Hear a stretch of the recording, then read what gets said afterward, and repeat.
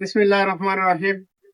সম্মানিত দেশবাসী, অত্যন্ত দুঃখের সহিত জানাচ্ছি যে দেখেন এই যে সরাসরি এই লাইভটা আপনারা দেখেন। আমি সর্বপ্রথমে আমার সালাম, আসসালামু আলাইকুম রহমতুল্লাহ আমার আদাব। আমি যেখানে দাঁড়িয়েছি রবি দাসপাড়া, এখানে 15টা পরিবার আছে। তাদের দুঃখ দুর্দশার জন্য আজ থেকে 6 মাস আগে এই কাজটা হয়েছিল। এই কাজটা এমন সুন্দর ভাবে হয়েছিল এই এতক্ষণ পর্যন্ত। কথার কি মেহের আবারও দৈশা গিয়ে এই অবস্থা, তাদের রাস্তাঘাট সম্পূর্ণ বন্ধ হয়ে গেছে। এই যে 14টা পরিবার, আমরা বাড়িয়ে যাওয়ার রাস্তা নাই। আমি পানি উন্নয়ন বোর্ড তথা পিওনো স্যার, প্রেসিডেন্ট মহোদয় সহ পিআইও সহ যারা ঊর্ধ্বতন কর্মকর্তা আছেন, আপনারা সবার প্রতি আমার দৃষ্টি আকর্ষণ রইল। আমি ওয়ার্ডের খাদিম হিসাবে আপনারা এই জিনিসটা দেখিয়ে দেখতেন এবং সরজমিন ইনকোয়ারি করিয়া দেখতেন কি অবস্থান, তাদের যে অবস্থা।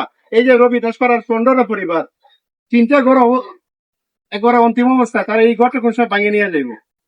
একটা অলরেডি চলে গেছে, সামান্য হয়ে গেছে বাকি বাদল বাবুর ঘর। আর এইদিকে দুলাল রবি দাস, এইদিকে রবি ফুলবানু এর ঘর একবারে নজদিক। আমি এতটুকু বলবো, এরার ক্ষতি, তাদের তো ক্ষতি হবে। পাশাপাশি আমাদের সেবামূলক প্রতিষ্ঠান ইউনিয়ন পরিষদ, 10 ইউনিয়ন পরিষদ, সাবিয়া চৌধুরী উচ্চ বিদ্যালয় এবং আদমপুর গাউসিয়া সুনিয়া মাদ্রাসা, ওসিয়ান্দি সরকারি প্রাথমিক বিদ্যালয়, এইগুলো পানি তলে চলিয়ে যাবে যদি এই বাঙ্গনটা সৃষ্টি হয়েছে। পানি বাড়তেছে। আমি পানি উন্নয়ন বোর্ডের প্রতি আমি দৃষ্টি আকর্ষণ করে বলবো, এতগুলো ময়মুর যারা আসছেন তারা সবাই দেখতেছে যে অবস্থান। আমি সরজমিনে আমি ইনকোয়ারি করার জন্য সবিনয় অনুরোধ জানাচ্ছি।